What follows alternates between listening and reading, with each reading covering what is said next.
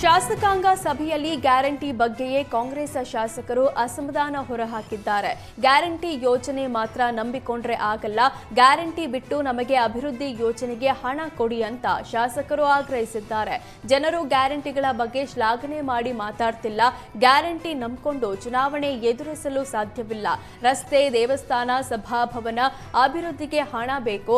ನೆರವಿಗೆ ಬರುವಂತೆ CM, DCM ಮುಂದೆ ಶಾಸಕರು ಮನವಿ ಮಾಡಿದ್ರು. ಅನುದಾನ ನೀಡುವಂತೆ ಸಿದ್ದು, ಡಿಕೆಶಿ ಮುಂದೆಯೇ ಶಾಸಕರು ಹಕ್ಕೊತ್ತಾಯ ಮಾಡಿದ್ದಾರೆ.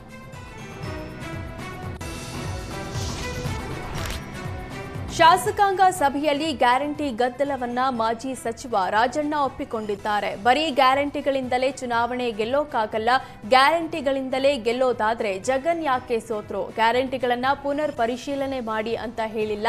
ಗ್ಯಾರಂಟಿ ಜೊತೆ ಅಭಿವೃದ್ಧಿ ಕಾರ್ಯಗಳಿಗೂ ಒತ್ತು ಕೊಡಬೇಕು ಅಂತ ಹೇಳಿದ್ದೇವೆ ಅಂತ ಮಾಜಿ ಸಚಿವ ಕೆಎನ್ ರಾಜಣ್ಣ ಮಾಧ್ಯಮಗಳಿಗೆ ಸ್ಪಷ್ಟನೆ ಕೊಟ್ಟರು. ಸಿಎಲ್ಪಿ ಸಭೆಯಲ್ಲಿ ಸಿಎಂ, ಡಿಸಿಎಂ ಎದುರೇ ಮಾಲೂರು ಶಾಸಕ ನಂಜೇಗೌಡ ಬೇಸರ ವ್ಯಕ್ತಪಡಿಸಿದ್ದಾರೆ.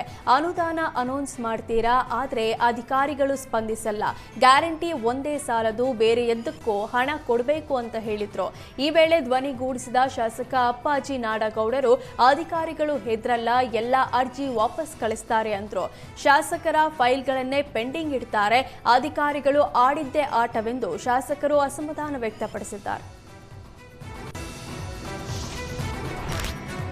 ವಿಧಾನಸಭೆಯಲ್ಲಿ ಕಾನೂನು ಸಚಿವ ಎಚ್.ಕೆ. ಪಾಟೀಲ್ ದ್ವೇಷ ಭಾಷಣ ತಡೆ ಬಿಲ್ ಮಂಡಿಸಿದ್ದಾರೆ. ದ್ವೇಷ ಅಪರಾಧಗಳು ಮತ್ತು ದ್ವೇಷ ತಡೆ ವಿಧೇಯಕ 2025ರ ಪ್ರಕಾರ ಯಾವುದೇ ವ್ಯಕ್ತಿ, ಗುಂಪು, ಸಂಸ್ಥೆ ವಿರುದ್ಧ ದ್ವೇಷದ ಭಾಷಣ ಮಾಡಿದ್ರೆ ಅಪರಾಧ ಅಂತ ಪರಿಗಣಿಸಲಾಗುತ್ತೆ.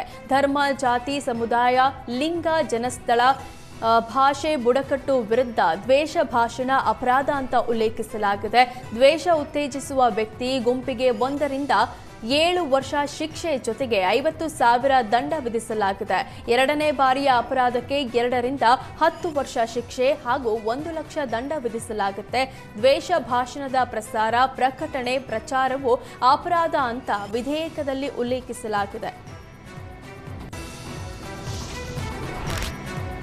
ದ್ವೇಷ ಭಾಷಣ ತಡೆ ಬಿಲ್ಗೆ ಬಿಜೆಪಿ ನಾಯಕರು ಕೆಂಡ ಕಾರಿದ್ದಾರೆ. ಕೋಮು ಸೌಹಾರ್ದತೆ ಹಾಳು ಮಾಡೋದೇ ಇದರ ಉದ್ದೇಶ ಅಂತ ವಿಪಕ್ಷ ನಾಯಕ ಆರ್ ಅಶೋಕ್ ಗುಡುಗಿದ್ದಾರೆ.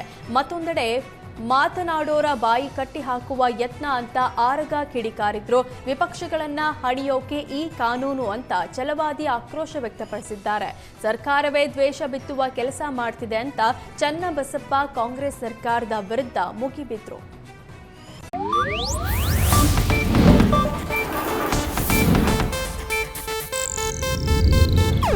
ಇದು ಏಷ್ಯಾನೆಟ್ ನ್ಯೂಸ್ ನೆಟ್ವರ್ಕ್ ಪ್ರಸ್ತುತಿ.